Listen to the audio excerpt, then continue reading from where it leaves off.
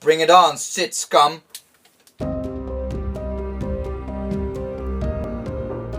Hi guys, welcome back to the Rebel News channel. Today we're going to do a full review on the Saberforge Arbiter. So let's go ahead.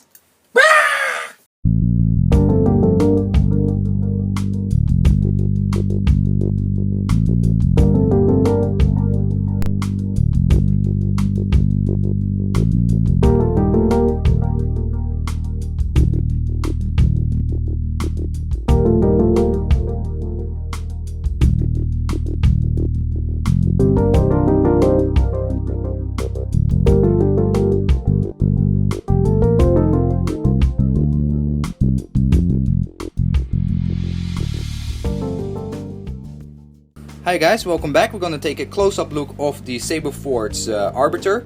We're going to start off with the weathering. I don't think normally this saber, even on the Saberforge form, comes in this grey weathering. But I'm really happy I got it in grey weathering because I actually like the grey weathering better than the black weathering. It does looks better on the hilt. It's like a little bit of a grey greenish color and I really enjoy that. So we're going to show off a close-up of that.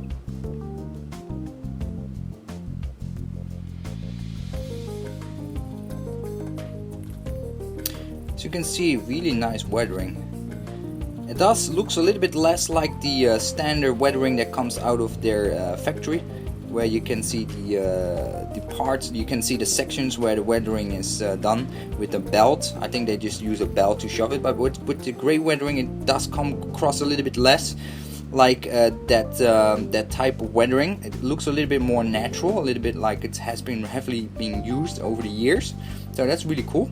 Let's start with the emitter section. So I ordered my Arbiter from Saberforge via Etsy, and I was told that mine would come without the windows because they no longer would make those with windows, because that would be something exclusively to the new version of the Arbiter that comes with a wrap now. I forgot the name, is Discipline or something.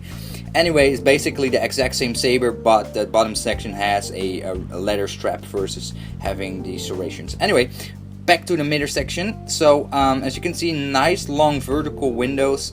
Still a lot of space to grip. I don't know, I probably don't want to grip it here because I'm probably gonna burn off my hands because of the saber itself. But anyway, we got the standard blade block. Now this is a black blade block, black weathered blade block, and not the gray weathered blade block. So you can definitely see that it's a little bit off, but hey, I don't really mind. It's okay, it's a blade block. Anyway, it will suit because this diameter of this circle here is smaller, so it has enough space to shine the light through the sides of the blade block. So you have that nice feel, nice bright shininess coming out of the front of the lightsaber and from the side from the window emitter. So with further ado, I'm going to show you. I noticed that the deep blue, this is 12 plus watt LED, actually messes up my camera in terms of it looks like an UV light blue, like a very purpley blue. It's very weird, but my camera doesn't really like that color probably. So you have the nice ring here of light. It looks really cool. Yeah, I like this emitter a lot. It's a really nice popping emitter section. Okay.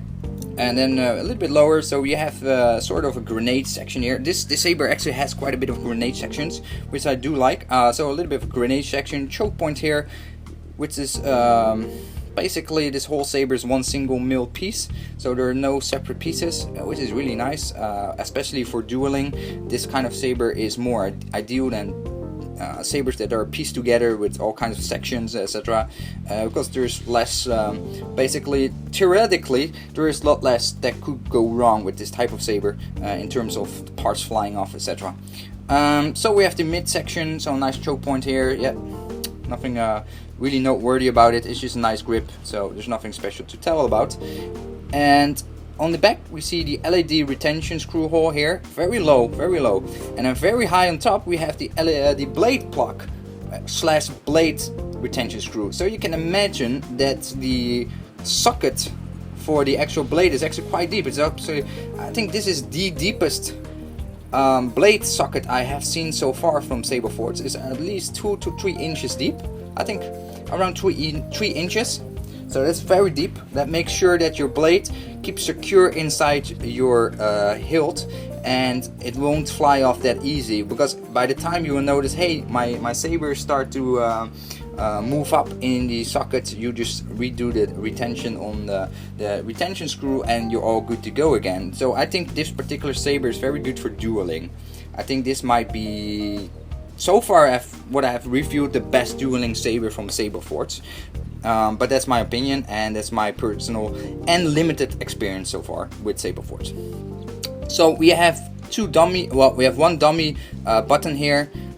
This is of course a stunt version, so yours might come with a recharge port, and we have a 12mm latching switch, clicking switch, so on is down, off is up. Now when you grip the saber, you will not really hit that button too often, unless you really try to force it, but when you go dueling, your grip won't really turn off your saber so easy, so that's nice. And then we move to the bottom section, and then we have the another grenade section, which is quite similar to the top section. It might be the same actually. It might be the same serrations and the same diameter of the bottom section. It looks like very close. Yeah, I think from eyeballing it, I would say this part is the same as this part. So it has a really nice long extension of grip on the saber. You can grip it a lot. Like even if you grip it here, the choke point is not really noteworthy. Like it just feels like you're gripping this half and not so much in this half. So it makes for a very good grip on the saber. That's why I keep saying this. I presume this from what I can see, this saber is ideal for dueling. This is the ideal Saberforge dueling saber. And yeah, showing off in the bottom, we have the brass cover tech wheel. Again, I didn't really order it, but it looks stunning together with this type of weathering, the gray weathering. I think it matches perfectly together. I have to note this, it looks like a little bit like it's an older brass cover tech wheel, because there's like a lot of dust and dirtiness here. Like maybe I can show you. Like there's some debris in the bottom section of this disc here. So I think it's maybe an older cover tech wheel that they still had spare or something lying around. But it doesn't really matter. It doesn't really bother me, because it looks really cool. I didn't expect that I would like it so much, but it just matches. Really nice. And then we go to the bottom section where they have the pommel.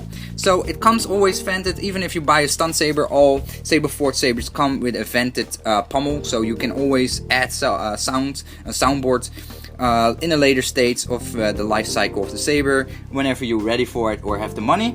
So that's always good, because not all brands have that.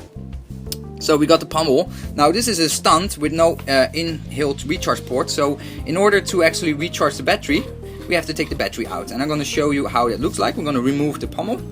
Here we go. One thing what I like about Saberforge as well, all their apprentice sabers have different pommels. Unlike some other brands where you have the exact same boring pommel, which is basically a screw cap, and there's nothing else to it. So if you buy, let's say, 2-3 different apprentice sabers from Saberforge, you can mix out the pommels to give different looks to your sabers. So that's kind of cool too. So the pommel, what the hell is that?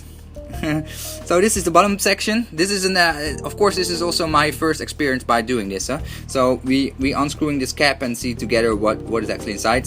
The bottom section isn't as appealing as the other section of this vented fan thingy here, but it's okay, nobody sees it. It looks like some sort of paint or something.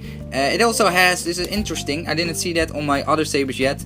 I only saw that for the Saberforge Acolyte that comes with sound, which is my Warrior edition. This one has, I see what's going on here.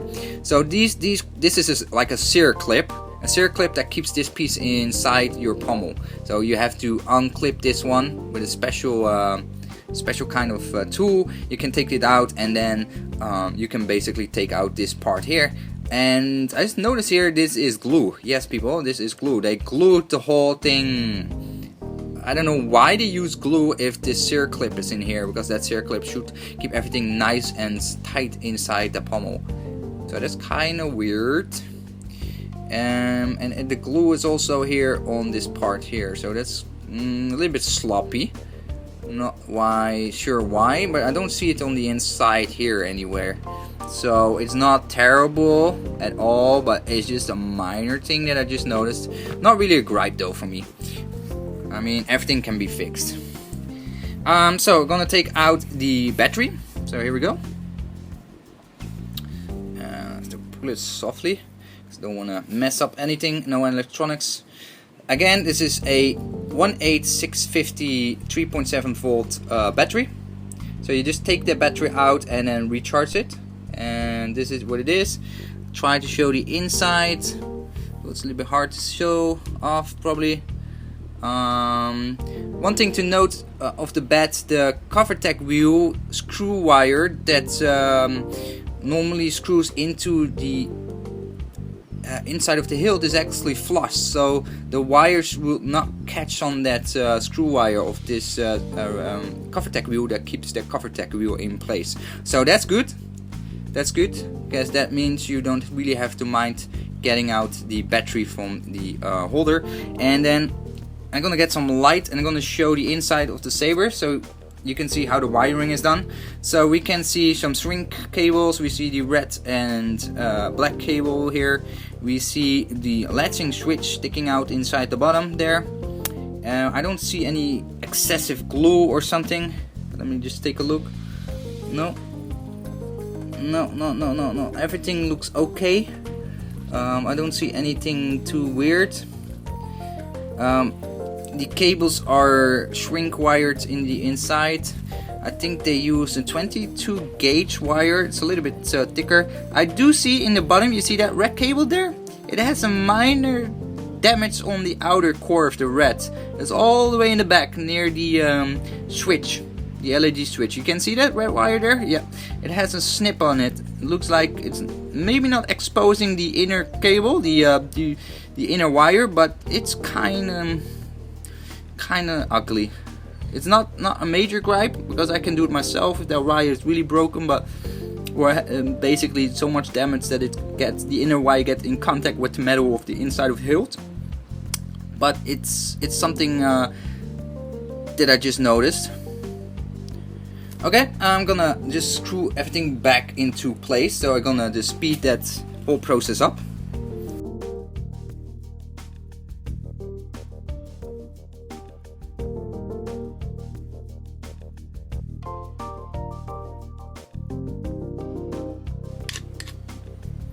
And we're gonna see if it still fires up. Yep, still fires up, no problem, no electronic issues by undoing the battery, at least for the first time. So we're good so far. So yeah, here you go guys. Here I have a closer up of the Saberforge Arbiter. Hi everybody, welcome back. I hope you liked the video. Do a quick verdict on this Arbiter from Saberforge. The rating will be 1 star being the lowest, 5 stars being the highest. Gonna start off with aesthetic looks.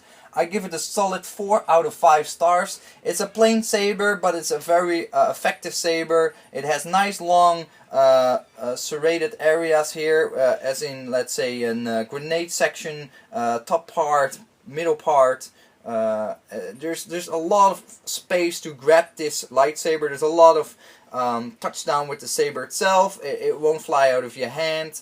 It looks good in terms of the emitter. It looks nice as well here with the long windows, vertical windows there. Overall, yeah, it's just a very plain saber, but this is the ideal type of saber that you expect, for example, an apprentice saber for, let's say, a youngling or a beginning force user that gets his training saber from the academy or from his master to start off and train with. Yeah, and next we're gonna go to the rating for dueling slash spinning.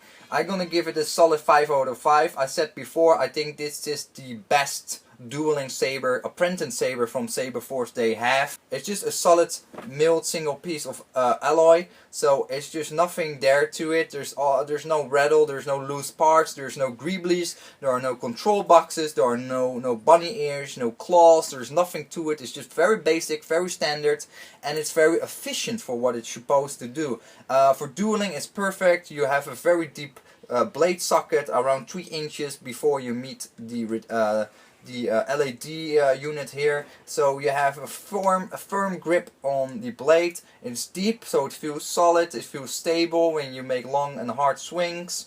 That being said, also for spinning, it's just ideal. It's just, there's nothing much to it. There's a lot of gripping area. There's a choke point here that allows for nice spins, and it's just a nice balanced saber. It's pretty light as well, so it really feels comfortable to use for spinning and dueling. Therefore, I give it a 5 out of 5, as I said before. So I hope you liked the video. Thanks for watching, and see you in the next one. Stay scummy!